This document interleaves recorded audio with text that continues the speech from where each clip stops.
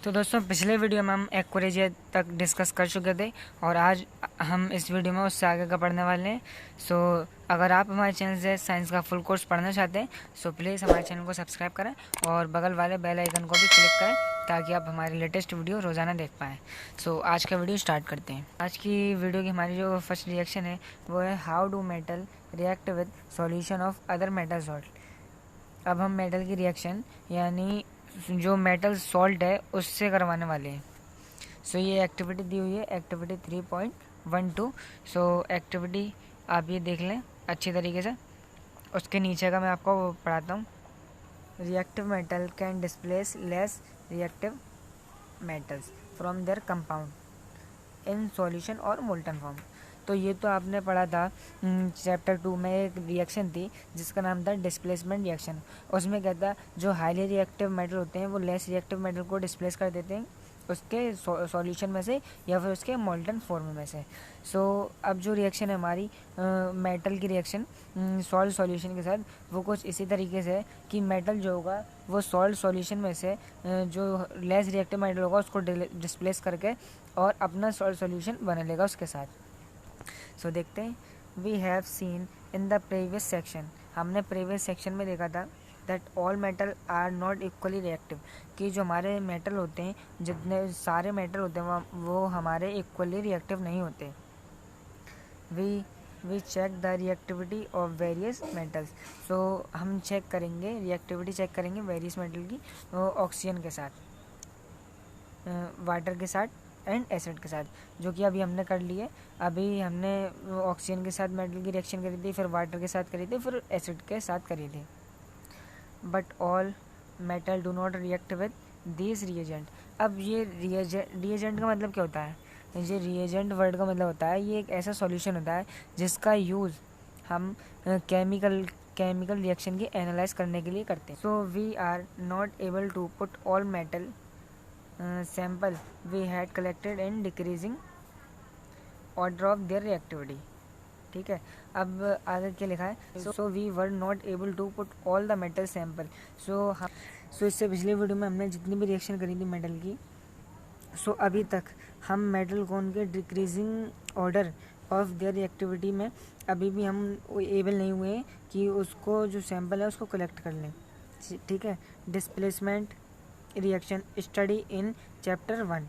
सो मैंने आपको बताया था कि जो केमिस्ट्री का चैप्टर 1 है उसमें जो डिस्प्लेसमेंट रिएक्शन है वही इसमें होने वाली है, क्योंकि जो हमारा मेटल है हाईली रिएक्टिव वो लेस रिएक्टिव सॉल्ट सॉल्यूशन वाले मेटल को उसमें से डिस्प्लेस करके और अपना सॉल्यूशन फॉर्म करेगा।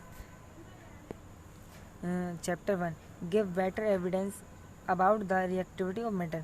सो डिस्प्लेसमेंट रिएक्शन है चैप्टर 1 में, वो हमारा एक अच्छा एविडेंस है उसको मेटल की रिएक्टिविटी को प्रूव करने के लिए। It is simple and easy if metal A displace metal B from its solution it is more reactive than B. अब क्या लिखा है कि मेटल ए है, अगर मेटल बी को डिस्प्लेस करेगा सॉल्यूशन में से तो उससे हमें क्या पता लगेगा कि जो हमारा मेटल ए है वो बी से ज़्यादा रिएक्टिव है, क्योंकि ए ही तो मेटल बी को वहाँ से डिस्प्लेस कर रहा है सॉल्यूशन में से। सो ए जो होगा हमारा वो हाईली रिएक्टिव होगा कंपेयर टू मेटल बी। आगे देखते हैं। सो यहाँ दिया हुआ metal A salt solution of B. So salt solution of A जो है अब अपना सॉल्ट सॉल्यूशन फॉर्म करेगा और मेटल बी को अलग कर देगा। सो यहाँ जो हमारी रिएक्शन है उसकी जनरल फॉर्म दी हुई है कि जो रिएक्शन है वो कुछ इस तरीके से लिखी जाएगी। आगे देखते हैं। विच मेटल कॉपर और iron is more reactive according to your observation. So अब आपको बताना कि कॉपर ज़्यादा रिएक्टिव है और आयरन ज़्यादा रिएक्टिव है। सो ये एक्टिविटी थी, अगर आपने एक्टिविटी ध्यान से पढ़ी होगी सो आप बता सकते हैं कि कॉपर ज़्यादा रिएक्टिव है और आयरन ज़्यादा रिएक्टिव है। सो अगर मैं आपको बता दूं कि कॉपर और आयरन में कौन ज़्यादा रिएक्टिव है तो आयरन जो है हमारा वो ज़्यादा रिएक्टिव है compare to copper Cu। So iron हमारा ज़्यादा रिएक्टिव होता है कॉपर से। सो अब हम पढ़ने वाले हैं reactivity series. The reactivity series is a list of metal arrange in the order of their decreasing activity. So reactivity series जो है मेटल की लिस्ट है, जिसमें हमने मेटल को उनकी रिएक्टिविटी डिक्रीज रिएक्टिविटी में उनको अरेंज किया है आफ्टर परफॉर्मिंग डिस्प्लेसमेंट एक्सपेरिमेंट। और किसके बाद जो अभी हमने डिस्प्लेसमेंट एक्सपेरिमेंट किया था एक्टिविटी 1.9 में एंड एक्टिविटी 3.12 में। The following series table 3.2। अब जो हम टेबल 3.2 में ये सीरीज़ बनाने वाले नन एज द रिएक्टिविटी और activity series has been developed. So इसको हम रिएक्टिविटी सीरीज़ भी बोलते हैं और एक्टिविटी सीरीज़ भी बोलते हैं। रिएक्टिविटी और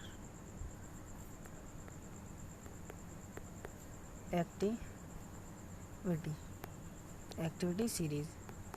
सो इसको हम दोनों बोलते हैं, रिएक्टिविटी और एक्टिविटी सीरीज़। सो अब पढ़ते हैं रिएक्टिविटी सीरीज़। तो अब ये रिएक्टिविटी सीरीज़ दी हुई है। सो इसमें कौन कौन से मेटल हैं? Potassium, sodium, calcium, magnesium, aluminium, zinc, iron, lead, hydrogen, copper, mercury, silver, gold. So इसमें ये मेटल दिए हुए हैं और इनको इनकी डिक्रीज एक्टिविटी की ऑर्डर में इनको प्लेस किया गया है। सो पोटेशियम से लेकर मैग्नीशियम तक जितने भी हमारे मेटल होते हैं मोस्ट रिएक्टिव होते हैं, और एल्यूमिनियम से जिंक तक होते हैं हमारे जो मॉडरेटली रिएक्टिव होते हैं, यानी ये जो होते हैं मिडिल वाले रिएक्टिव होते हैं, मोस्ट और लीस्ट के बीच वाले होते हैं, ये इनको बोलते हैं मॉडरेटली रिएक्टिव मेटल। ठीक है। सो और जो हमारे लास्ट वाले बचे कॉपर से नीचे वाले ये होते हैं हमारे लीस्ट रिएक्टिव। सो अब इसको याद करने का जो हमारी रिएक्टिविटी सीरीज़ है उसको याद करने का तरीका क्या है कि हम इसको कैसे याद कर सकते हैं। सो मैं आपको एक ट्रिक बताऊंगा जिसकी मदद से आप रिएक्टिविटी सीरीज़ को कभी ज़िंदगी में भूल ही नहीं पाएंगे, इतनी आसानी तरीके से आप उसको याद कर सकते हैं। सो देखिए इसमें जो हमारा के यानी कि पोटेशियम, सो के से हम लिखेंगे केदार। ठीक है, के से हमने लिखा केदार, और जो हमारा Na है उससे लिखेंगे हम नाथ। सो ऊपर के तो हमारा हुआ केदार और नाथ। अब जो हमारा Ca बचा यानी कि कैल्शियम, इसका लिखेंगे हम का। ठीक है, और Mg का लिखने वाले हम माली। जिंक का लिखने वाले हम नहीं, अब एल्यूमिनियम है, सो एल्यूमिनियम का लिखने वाले हम केदार, नाथ, का, माली, आलू। सो एल्यूमिनियम का लिखने वाले हम आलू, और Zn का लिखने वाले हम ज़रा। Fe का लिखने वाले हम फीके, और Pb यानी लेड का लिखने वाले हम पकाता, और H का लिखने वाले हम है। सो ये ट्रिक जो अब मैंने बताई है आप इसको कैसे अप्लाई करेंगे और कहाँ तक। सो H तक यानी हाइड्रोजन तक ये हमारी ट्रिक है वो एप्लीकेबल है। सो क्या है? केदार, नाथ, का, माली, आलू, ज़रा, फीके, पकाता है। सो ये मैंने आपको ट्रिक बताई है जिससे कि आप रिएक्टिविटी सीरीज़ याद कर सकते हैं। और फिर नीचे के बचे 4 वो तो आप याद कर ही सकते हैं, Cu, Ag, Ag और Au।